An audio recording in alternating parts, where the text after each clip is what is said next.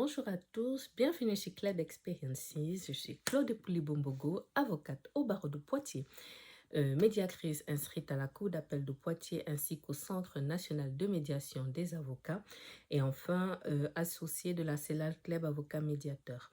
Dans le cadre de mon activité, j'interviens dans les domaines d'activité suivants le droit pénal, le droit civil, de la famille et du patrimoine et enfin le droit des affaires. Sur cette chaîne YouTube, comme vous le savez déjà, je vous présente différents contenus qui sont liés au droit de manière générale, à mon activité d'avocat, mais aussi d'entrepreneur, et enfin un petit peu de mode, de lifestyle et de luxe. Aujourd'hui, nous sommes dans la série Mon premier, ma première, et comme vous avez pu le lire dans le titre, je vais vous parler de mes premiers dossiers de comparution immédiate et je vais faire un focus sur la crise des Gilets jaunes. Donc, pour ceux qui étaient sur le territoire français à cette période-là, pardon, vous allez pouvoir vous en souvenir. Ce fut un moment particulier de notre République et je vais vous expliquer un petit peu comment moi je l'ai vécu en tant qu'avocat et les dossiers que j'ai pu avoir, ainsi de suite. Donc, premier propos liminaire sur le droit stricto sensu. Donc, qu'est-ce qu'une procédure de comparution immédiate? Donc, la comparution immédiate, en fait, c'est une procédure de jugement, on va dire, accélérée qui est prévue par nos textes de loi. De manière précise, c'est l'article 395 du Code de procédure pénale qui nous dit, je vous le remets là, mais je vous le lis là. Si le maximum de l'emprisonnement prévu par la loi est au moins égal à 2 ans, le procureur de la République, lorsqu'il lui apparaît que les charges réunies sont suffisantes et que l'affaire est en l'état d'être jugée, peut, s'il estime que les éléments de l'espèce justifient une comparution immédiate, traduire le prévenu sur le champ devant le tribunal. Donc, de manière pratique, c'est le tribunal correctionnel. Donc, ok. Donc, pareil, en cas de flagrant délit, si le maximum de l'emprisonnement prévu par la loi est au moins égal à 6 mois, le procureur de la République, s'il estime que les éléments de l'espèce justifient une comparution immédiate, peut traduire le prévenu sur le champ devant le tribunal. Donc, le prévenu est retenu jusqu'à sa comparution immédiate qui doit avoir lieu le jour même. Il est conduit sous escorte devant le tribunal. Je vais vous expliquer en fait étape par étape comment ça se passe. Lorsqu'une personne, en fait, commet un délit, justement, qui peut être sanctionné par une peine d'emprisonnement d'un minimum de 2 ans, ou alors qu'il y a un cas de flagrant délit, le procureur, en fait, dans la personne est placé en garde à vue. Donc, placé en garde à vue, c'est une mesure, en fait, au cours de laquelle vous êtes retenu contre votre gré. Vous êtes mis à la disposition d'un service de, de police ou de gendarmerie. Je crois que c'est l'article 61 du Code de procédure pénale, mais je vais le retrouver, je vous le mettrai là. Donc, vous êtes retenu pour une durée de 24 heures minimum. En fonction de la nature des faits, la garde à vue peut être prolongée donc jusqu'à 48 heures et peut-être pour les dossiers comme les dossiers de stupéfiants, ça peut aller jusqu'à 4 jours. Voilà. Et les dossiers beaucoup plus graves, voilà, on peut aller jusqu'à 5-6 jours, notamment en matière de terrorisme. Euh, donc, vous êtes placé en garde à vue lorsque on se rend compte qu'il y a des éléments suffisants pour vous poursuivre et que la gravité est telle que le procureur, en fait, décide que ça doit être une comparution immédiate. Vous faites l'objet d'un déferment. Donc, le déferment, c'est une procédure, en fait, au cours de laquelle vous êtes présenté devant le procureur de la République qui vous indique, je vais enlever mes lunettes pour éviter le reflet.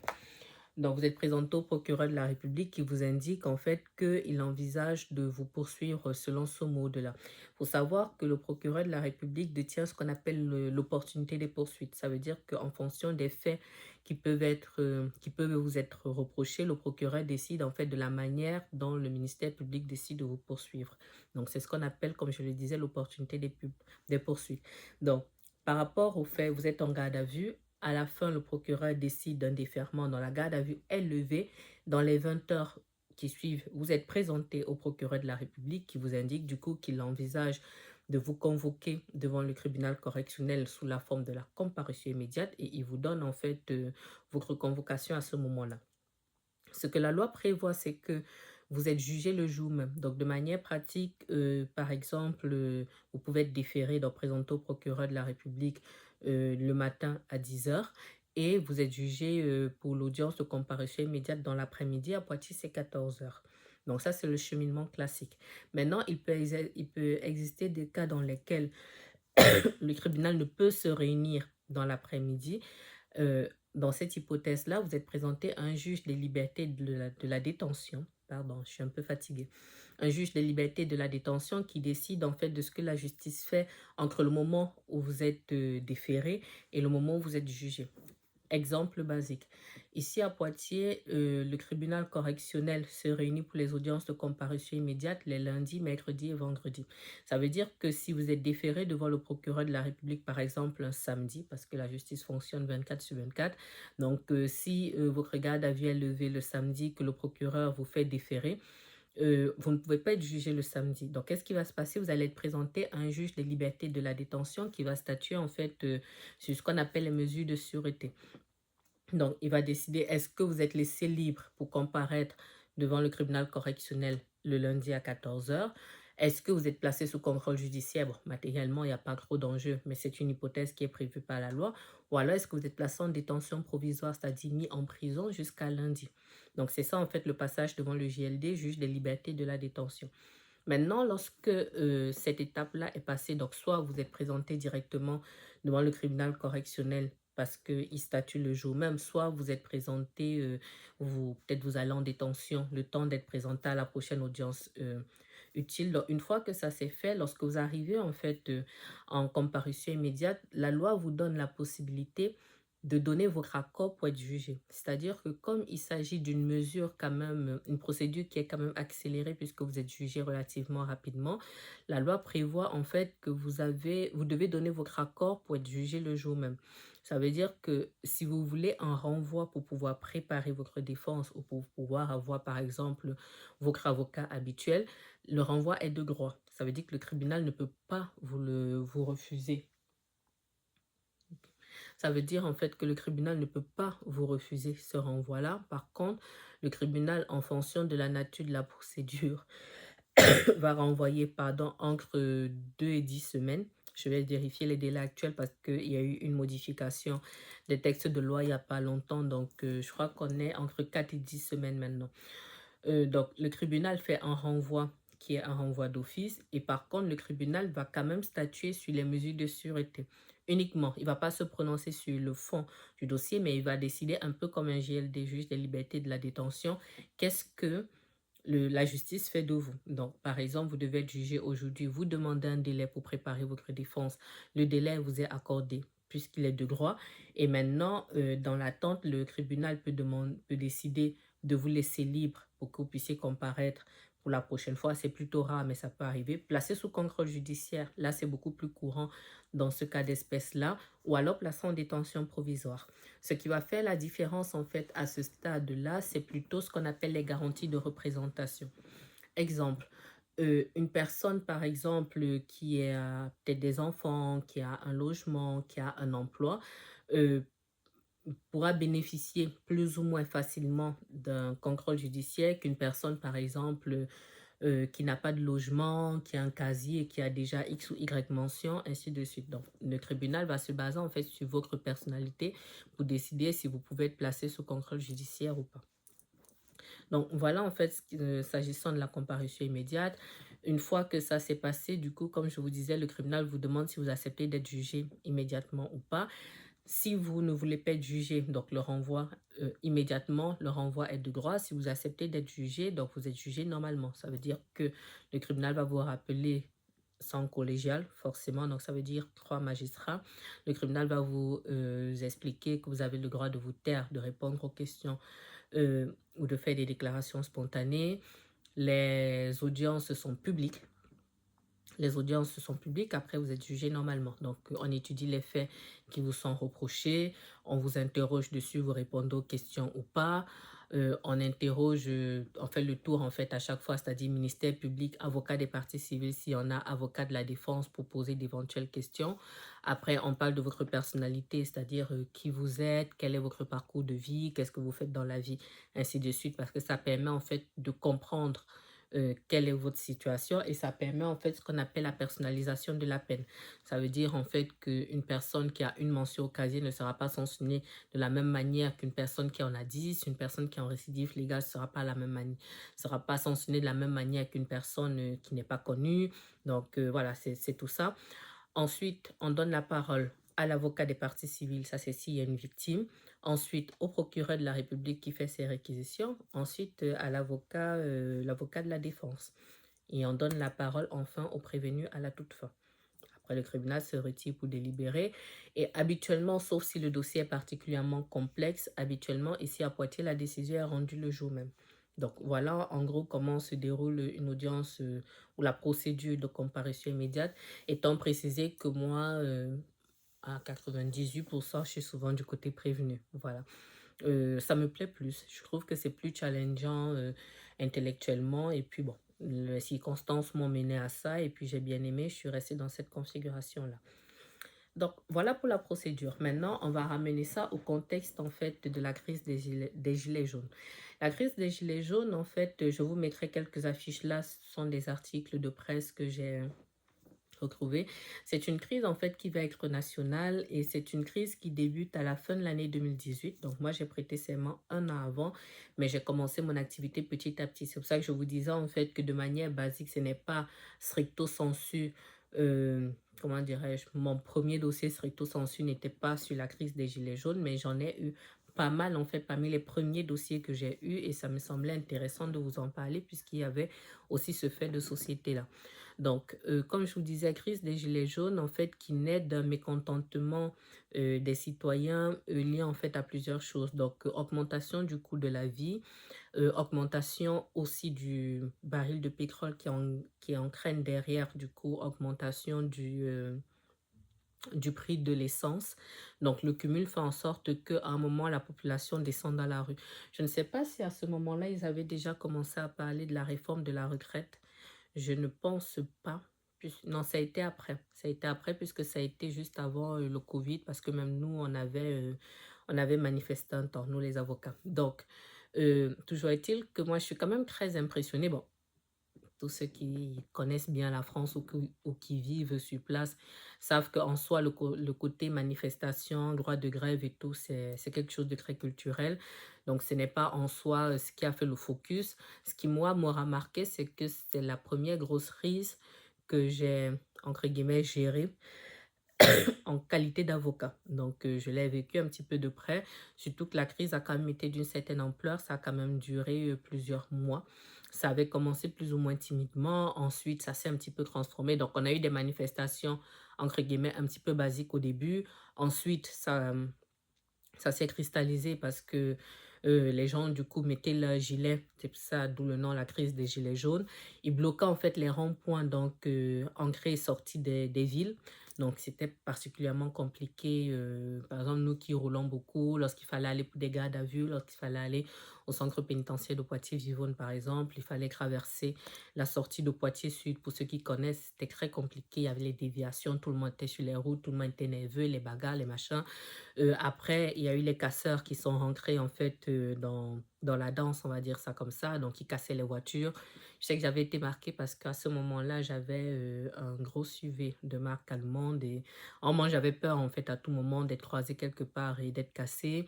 À un moment aussi, certains qui, comment dirais-je, je voulais dire des choses. Non, des salariés, voilà, des salariés qui étaient dans les rues, bloquaient. En fait, parfois, ils bloquaient les ronds-points, mais ils bloquaient aussi certaines rues en plus. Je pense là, par exemple, à l'entrée de Chasseneuil. Donc, certains jours, vous essayez de passer même à 5h, 5h30. Les gars étaient déjà dehors. Ah, mais c'était un truc monstrueux. C'était un truc monstrueux. Donc, les gens s'énervaient sur la route parce qu'on se disait, bon, nous autres qui sommes profession libérale, donc on entend naturellement, je ne critique pas ici les revendications des uns et des autres, hein. Je ne fais pas de commentaires là-dessus, ce n'est pas le but de cette vidéo. C'est juste qu'à un moment, forcément, quand on est profession libérale et donc que votre entreprise tourne parce que vous êtes dehors, parce que vous vous battez, quand vous ne pouvez pas aller travailler parce que les routes sont bloquées, c'est compliqué. Donc, comme je vous dis, la pression montait du coup dans les rues. Et après, on a eu une étape au-dessus qui a été du coup la question des violences, en fait. On va dire, il y a eu la question des violences policières, mais il y a aussi eu la question des violences sur personnes dépositaires de l'autorité publique. Donc, violences à l'encontre des policiers et des gendarmes. Donc, parce que quand, en fait, il y avait les manifestations, ça allait dans tous les sens, il y avait les bagarres et tout. Et à un moment, les forces de l'ordre étaient obligées d'intervenir, en fait, pour circonscrire les choses. Donc, forcément, il y avait des gens qui s'en prenaient aux forces de l'ordre. Donc, c'est dans ce contexte-là que nous, avocats, nous étions amenés à intervenir, pas du coup, pas stricto sensu sur la question des manifestations, mais surtout sur la question des conséquences des manifestations, donc les casses et puis, comme je dis, les violences.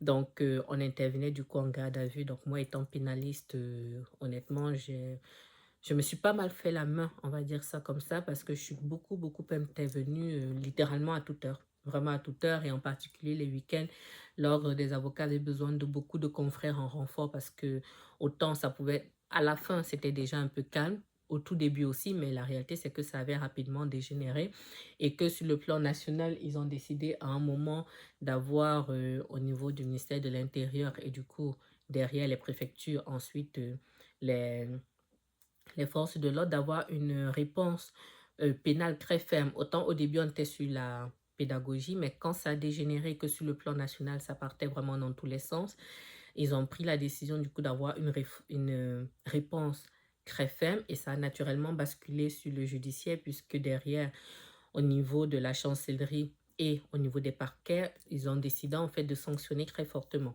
Donc, ce qui fait en sorte que de manière très régulière, on se retrouve en comparution immédiate compte tenu de la gravité des faits en fait qui avaient lieu. Voilà, on va dire ça comme ça.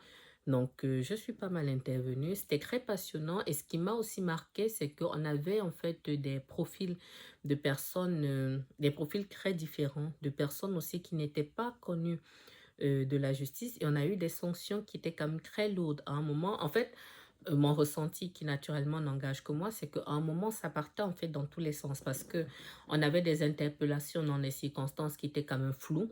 En même temps, c'est normal, la crise a commencé fin novembre, début décembre, donc la nuit tombe rapidement, on interpelle les gens, il y a beaucoup de monde, on interpelle les gens un peu en masse. Dans le cadre de la garde à vue, on fait le cri qui a vu quoi, qui a fait quoi. Ceux qu'on garde, on les juge comme ça, il faut apporter une réponse pénale sévère. À certains moments, à mon sens, il y avait un doute quand même qui pouvait profiter aux prévenus, mais qui ne profitaient pas. On avait parfois des petits jeunes, comme je dis, des personnes qui ne sont pas connues de la justice, donc ça partait un peu dans tous les sens. J'ai compilé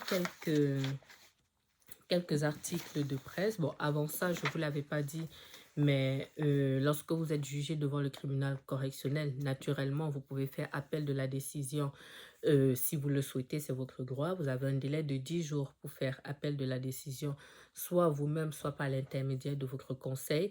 Mais ça n'empêche pas que la décision qui est rendue par le tribunal correctionnel soit exécutoire. Ça veut dire que c'est par exemple, vous êtes condamné à une peine d'un an d'emprisonnement avec mandat de dépôt. Ça veut dire que vous sortez de l'audience, vous allez en prison, après vous faites appel de la prison. Voilà. Et si devant la cour d'appel, on décide de réduire votre peine ou de vous relaxer, vous sortez de prison, mais déjà la décision de première instance s'applique. Voilà.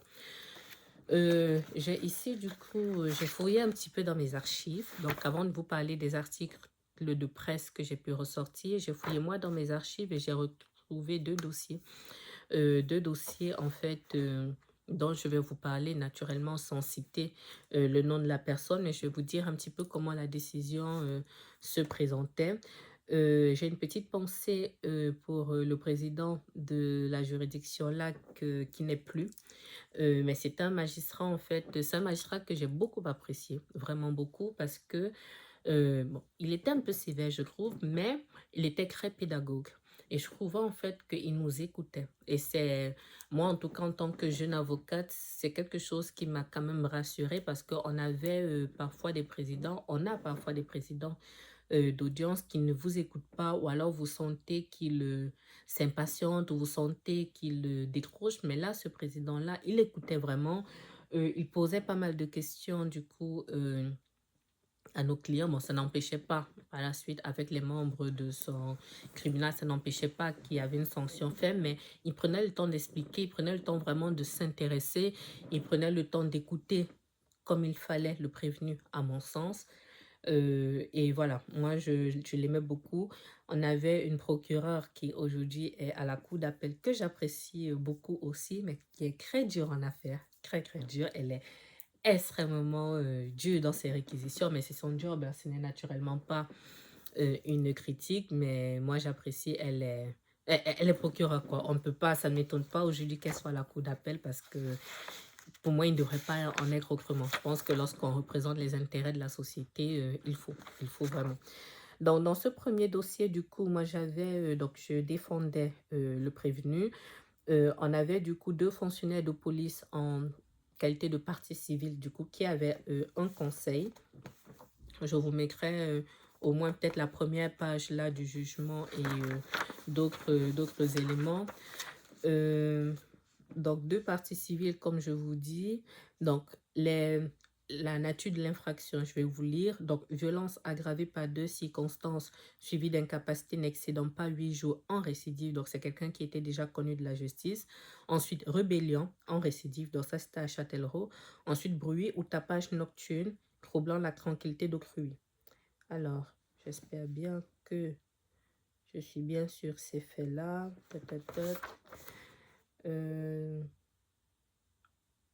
Ok.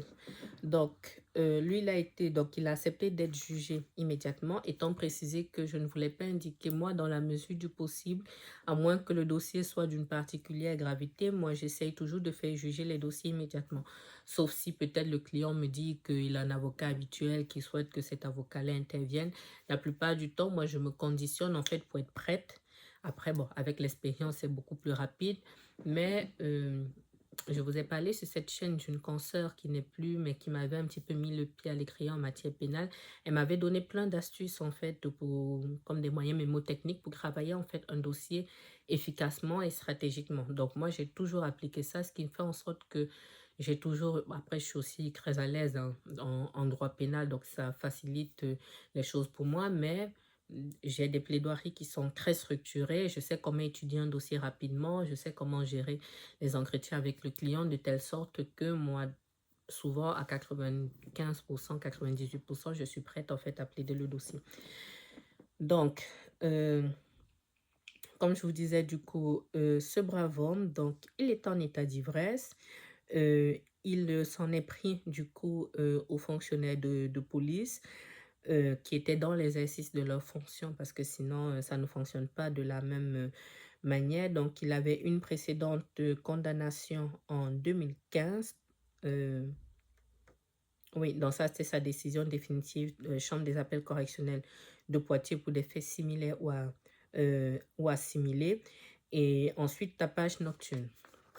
Donc, voilà, il est rentré en voie de condamnation, je vais vous dire, sur l'action civile. Donc, l'action civile, en fait, c'est la réparation du préjudice des parties civiles. Donc, on avait alloué la somme de 500 € aux fonctionnaires de police. Non, ils avaient sollicité 500 € pour le premier. On lui a alloué 300 €. Pour le second, il avait sollicité 1500 € en réparation de son préjudice. On lui a alloué 1000 €.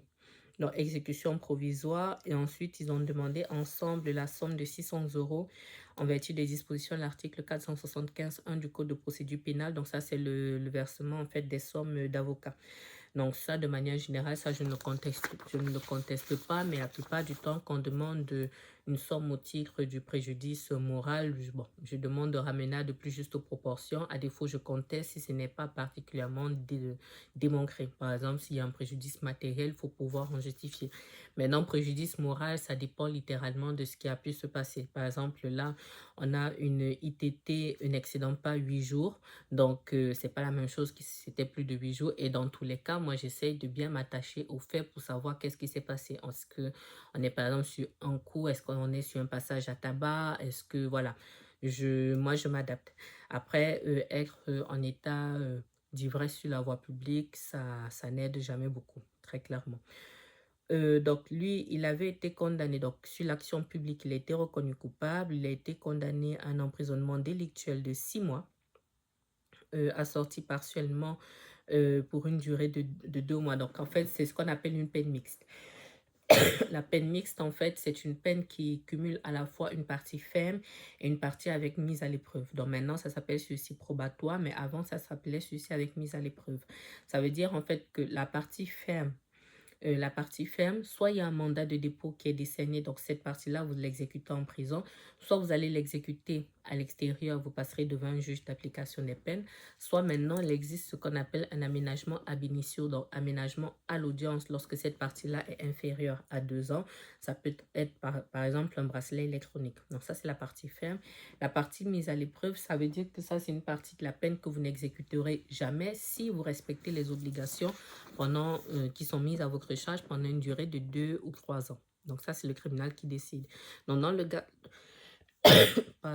le cas précis, ce brave monsieur, du coup, peine d'emprisonnement de 6 mois, assortie partiellement pour une durée de 2 mois d'une mise à l'épreuve. Alors, quelles sont les mises à l'épreuve? Quelles sont les obligations, pardon? Répondre aux convocations. Donc, c'est le SPIP, hein, de l'organisme qui s'en occupe. Donc, obtenir l'autorisation du juge d'application des peines pour changer. Voilà, les obligations, donc, activité professionnelle ou une formation. Donc, il doit pouvoir en justifier. Donc, ça va être France Travail, les démarches en fait de recherche d'emploi ou alors inscription à une formation. Obligation de soins, ça c'est un peu classique lorsqu'on a des problématiques qui sont liées à l'alcool ou à la consommation de produits stupéfiants, donc il y a une obligation de soins, ça c'est logique. Réparer les dommages causés par l'infraction, donc payer les parties civiles. Donc, payer les sommes dues au trésor public, ça sont les frais de procédure. Il faut savoir que lorsque vous êtes jugé devant le tribunal correctionnel, vous avez après des frais de procédure qui sont mis à votre charge. D'ailleurs, fun fact, actuellement, depuis quelques semaines là, il y a eu une augmentation ni vue ni connue de ces frais de procédure. Je chercherai le montant, je vous mettrai là, mais ça a doublé, hein, quasiment. Ça a littéralement doublé. Avant, c'était 127 euros de manière classique. Et en matière de stup, je crois que c'était 327, un truc comme ça. Je crois que là, on a largement passé les 400 euros. Voilà. Donc, voilà. Donc, il doit justifier de l'acquittement des sommes dues au trésor public. Et pour lui, on a décerné un mandat de dépôt. Dans le mandat de dépôt, c'est le document qui fait en sorte qu'une escorte vous emmène en prison. Ça veut dire que pour ce brave monsieur, il a passé 4 mois en prison. Après, il y a les réductions de peine. Ça, c'est tout autre chose. Je vous ferai une vidéo dédiée. Donc, ça, c'est la première personne. Le premier dossier que j'ai, action civile, ça, j'avais déjà fait le point. Action publique, ça, c'est bon. Donc ça, c'était le dossier 1. Comme j'ai dit, je vous mettrai quelques images là. Donc, dossier 2, donc toujours un homme. Donc, c'était la grande majorité, c'était des hommes, hein, pour les dossiers dans lesquels je suis intervenue. Toujours le même président qui n'est plus là. Donc, l'infraction violence avec usage ou menace d'une arme sans incapacité lors d'une manifestation sur la voie publique, provocation directe à la rébellion et usage illicite de stupéfiants. Donc, violence avec arme, ça va être toutes les personnes qui se retrouvaient peut-être en train de prendre un bâton, en train de prendre une bouteille, ou lorsqu'ils cassaient des endroits, peut-être des chaises pour jeter sur des fonctionnaires de police. Donc, usage de stupéfiants parce que parfois ils se réunissaient certains avec des joints, des choses comme ça. Donc, voilà, ça c'était le 1er décembre 2018.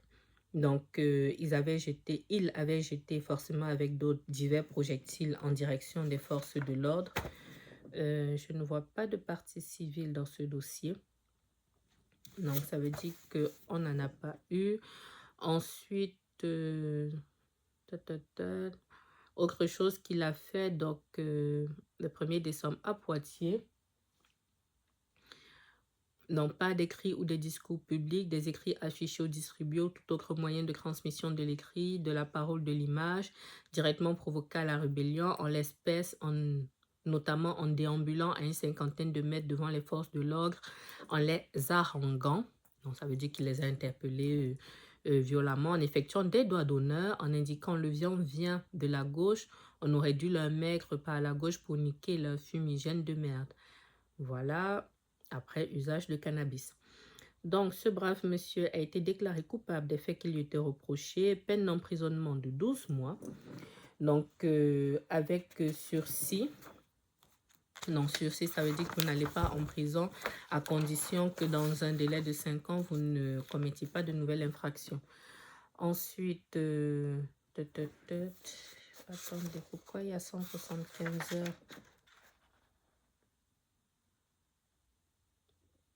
Ok, ce n'était pas un sursis simple. Sursis à l'exécution de cette peine avec l'obligation d'accomplir un travail d'intérêt général, donc le TIGE, non rémunéré au profit d'une collectivité publique, d'un établissement public ou d'une association. Donc c'est le travail d'intérêt général. Pour cette peine-là, il y a besoin de l'accord du prévenu. Voilà, naturellement, je les incite en fait à accepter. Hein. Quand on a ça, la plupart du temps, c'est pour les personnes qui ne sont pas très insérées, donc des personnes qui n'ont pas d'emploi à ce moment-là, et ça peut être un meilleur moyen en fait de s'insérer. Là, il avait 175 heures de travail. Je vous mettrai là combien ça fait. Je pense que ça fait que quelques mois dans une collectivité, donc ça peut être une mairie, ainsi de suite. Donc c'est au service de la communauté ou alors une association. Ok, excusez-moi, mon téléphone a sonné. Ou alors une association, et puis voilà. Et puis d'autres obligations, donc activité professionnelle, acquittement des sommes dues euh, au trésor public. Il avait eu aussi une amende de 1500 euros. Interdiction de porter une arme, mais ça c'est une peine obligatoire. Donc interdiction de porter une arme soumise à autorisation pour une durée de 5 ans à titre de peine complémentaire. Interdiction de participer à une manifestation sur la voie publique, peine complémentaire pour une durée de 3 ans. Et voilà pour ce dossier-là. Je vais vous parler maintenant de quelques articles de presse parce que j'ai trouvé ça très intéressant. Je vous mettrai pareil les captures d'écran là. J'en ai pas mal. Vous voyez, j'ai tout ce paquet-là. Je vous en mettrai un maximum parce que ce que j'ai trouvé sympa, en fait, c'est vraiment les profils. Eux, ils pouvaient relater. Moi, je peux pas vous donner tous les détails. Et surtout, je me souviens plus. Ça fait un petit moment maintenant.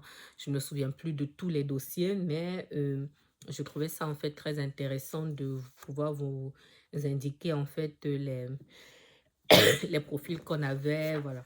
Et je vous mets naturellement comment dirais-je, les noms en fait des journaux, on va dire ça comme ça. Vous avez Nouvelle République, vous avez Centre Presse, vous avez France 3, voilà, qui ont mis ça là.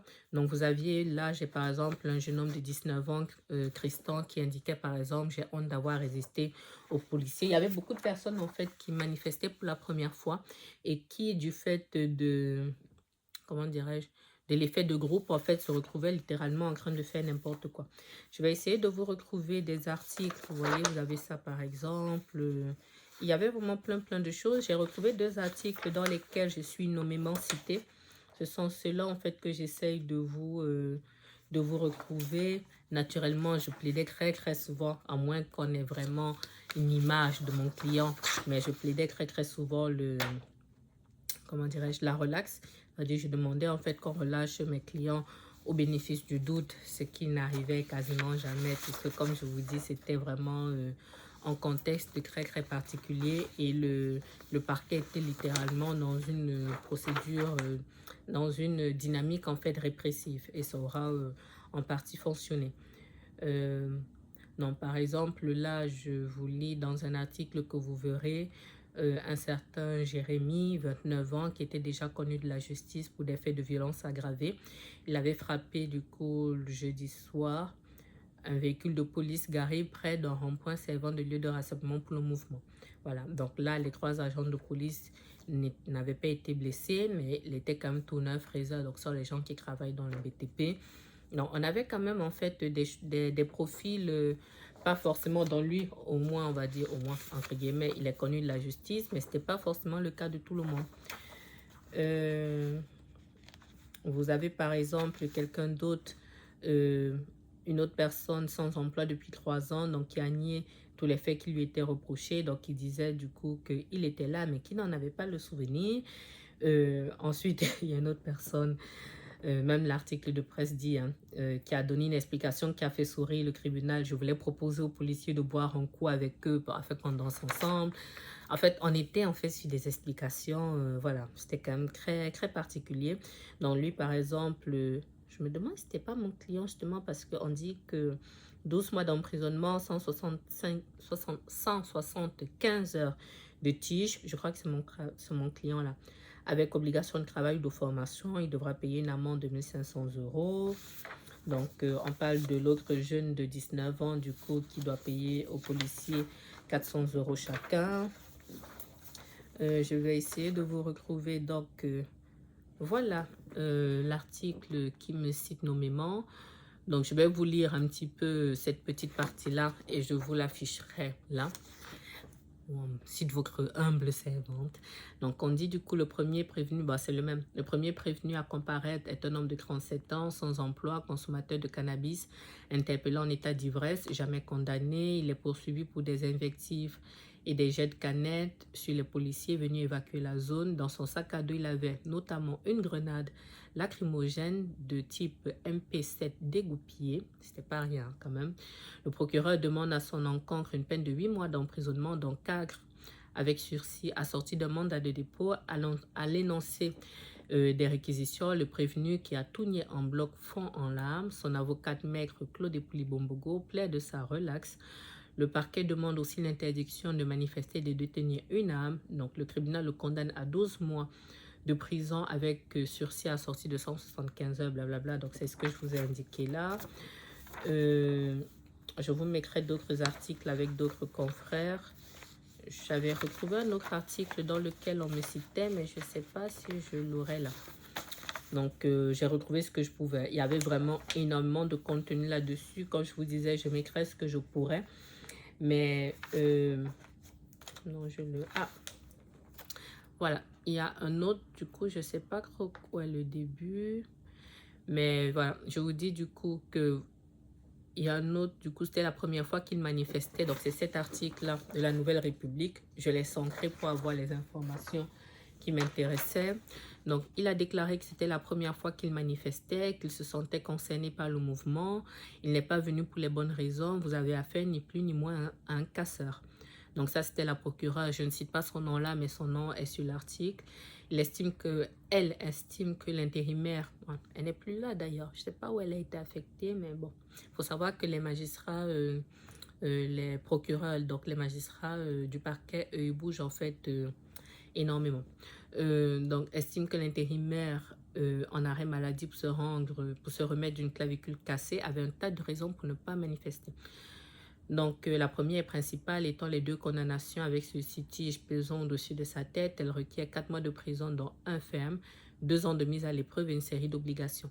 Donc, la défense salit les réquisitions qui ne réclament pas d'incarcération, mais Maître Poulibombongo balaie le portrait graissé de son client. Il n'a pas le profil d'un casseur, il n'a jamais été condamné pour des violences. Donc, le tribunal alourdit la sanction en prononçant 3 mois de prison ferme et un avertissement solennel. Vous êtes passé de très très près d'aller dormir à Vivonne ce soir. Donc, Vivonne, c'est la commune sur laquelle est localisé, est situé le centre pénitentiaire, donc la prison. Je vous en ai souvent parlé. Voilà. Je vous mettrai dans tous les cas les captures d'écran. Je pense que si vous faites une petite recherche, vous pourrez trouver pas mal de choses. Ma petite conclusion par rapport à cette procédure, c'est une procédure en fait pour laquelle, comment dirais-je, dans l'ordre, en tant que citoyenne, je comprenais naturellement les manifestations, je comprenais les revendications. Maintenant, j'ai trouvé que ça allait un petit peu dans tous les sens. Et c'est souvent un petit peu, malheureusement, j'ai envie de dire, le revers de ce type de choses, c'est qu'on part d'une réclamation qui est légitime et on a en fait des personnes qui viennent se mêler, qui viennent faire n'importe quoi.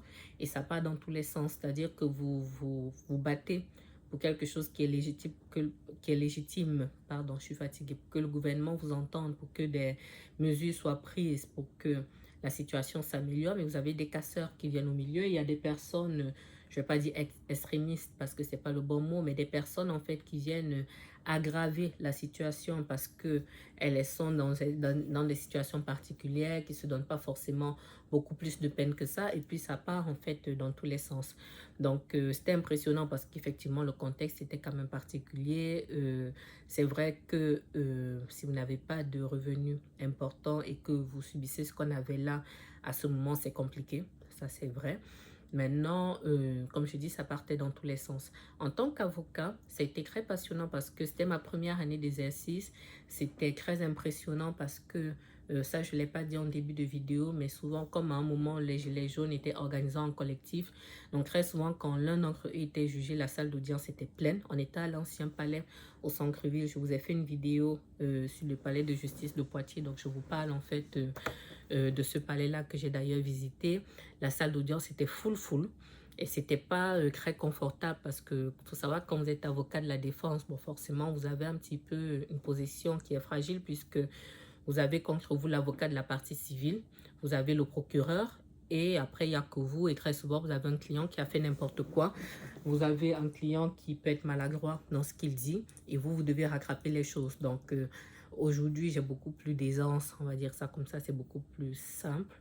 Mais au début, c'était pas facile d'avoir une salle d'audience pleine, d'avoir des réquisitions qui sont parfois sévères, d'avoir parfois un client qui est maladroit dans ses propos ou littéralement qui dit des choses qu'il ne devrait pas dire. Et vous devez essayer de rattraper tout ça. Mais intellectuellement, qu'est-ce que c'était passionnant? C'était passionnant, c'était challengeant. Et j'ai beaucoup travaillé, honnêtement. J'ai beaucoup travaillé à cette période-là. C'est dommage qu'on n'était pas déjà à l'aide juridictionnelle garantie, mais ça reste très passionnant. Et ça m'a permis, comme je dis, de prendre la main très rapidement parce que je crois que je faisais au moins une comparution immédiate par semaine. Donc, comme je vous dis, il y en avait lundi, mercredi, vendredi. J'étais là au moins une fois par semaine, voire 2 fois. Voilà, et c'était des audiences qui étaient longues. Ça me permettait aussi de voir comment les confrères plus anciens plaidaient. En tout cas, ce fut une période qui fut très formatrice pour moi. Et je voulais partager ça avec vous. Donc, pardon, voilà mon retour d'expérience sur mes premières comparaisons immédiates. J'espère que ça vous aura plu. À vous lire dans les commentaires si vous avez des questions ou des observations. Toujours dans le respect, parce que qui dit manque de respect dit blocage. N'hésitez pas à vous abonner et à partager ce contenu si il vous aura plu. Et dans l'attente, je vous remercie d'avoir pris le temps de me suivre jusqu'à cette étape. Et je vous dis à bientôt sur Club Experiences. Au revoir.